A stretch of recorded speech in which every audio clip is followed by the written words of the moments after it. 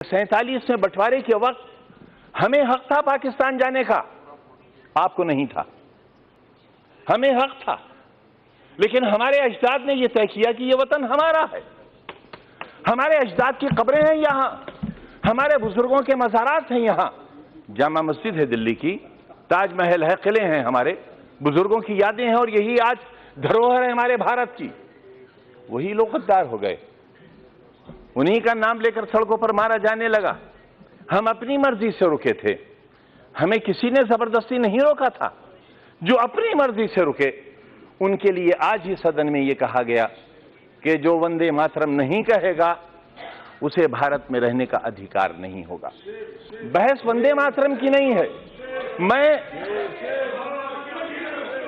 मेरी बात तो सुन लें आप, मेरी बात सुन लें, हो सकता है आपको शर्मिंदगी हो। बात वंदे मातरम की नहीं है मान्यवर। अगर कानून की बात करूं तो सुप्रीम कोर्ट कहता है कि वंदे मातरम के लिए मजबूर नहीं किया जा सकता, सबसे बड़ी अदालत वो भी है। लेकिन अगर आपने इतिहास पढ़ा हो, रेशमी रुमाल तहरीक, हिंदुस्तान को आजाद कराने के लिए कितने उलमा ने फांसी के तख्ते चूमे थे, कितने लोग मारे गए थे। देश में न जाने कितनी मिट्टी की पहाड़ियां वो हैं जिनमें हमारी लाशें आज भी सड़ गई होंगी, लेकिन उनमें दफन है। रेशमी रुमाल तहरीक में अगर आप रेशमी रुमाल की तस्वीर देखेंगे तो उस पर भारत मां की तस्वीर छपी हुई मिलेगी आपको। ये रिश्ते कब थे? ये 1942 में जब हिंदू और मुसलमान ने एक बर्तन में खाना खाया था, तब अंग्रेज को लगा था कि वो अब हिंदुस्तान में राज नहीं कर सकेगा, और 1942 से ही उसने अपना बिस्तर बांधना शुरू कर दिया था, और 1947 में हिंदुस्तान आजाद हो गया था। हम आज भी एक ही मोहल्ले में रहते हैं, एक घर में बैठते हैं, हमें किसी को एक दूसरे से डर नहीं लगता। लेकिन जब हम चुनी हुई संस्थाओं में आते हैं, जब वोट जैसी चीज हमारा मुकद्दर बनने वाली होती है, तब इंसानियत के सारे रिश्ते हमारे टूट जाते हैं मान्यवर।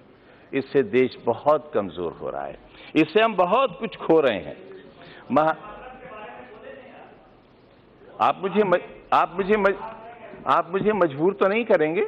मैं आपसे ये कब कह रहा हूं कलमा पढ़िए आप? मैंने आपसे कब कहा? मैंने आपसे कब कहा कि कुरान की आयतें पढ़ी जाएं? यहां ये लोकतंत्र का मंदिर है, ये संविधान का मंदिर है। जो चाहे कहे, अगर मैं कहूं तो आप रोक नहीं सकते, और मैं न कहूं तो आप मुझसे जबरदस्ती नहीं कर सकते। और अगर आप जबरदस्ती कर सकते हैं तो कहिए, आप कहिए कि जबरदस्ती कहना होगा।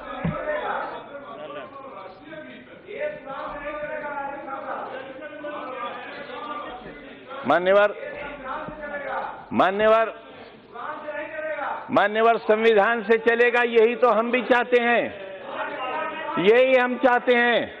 अगर संविधान में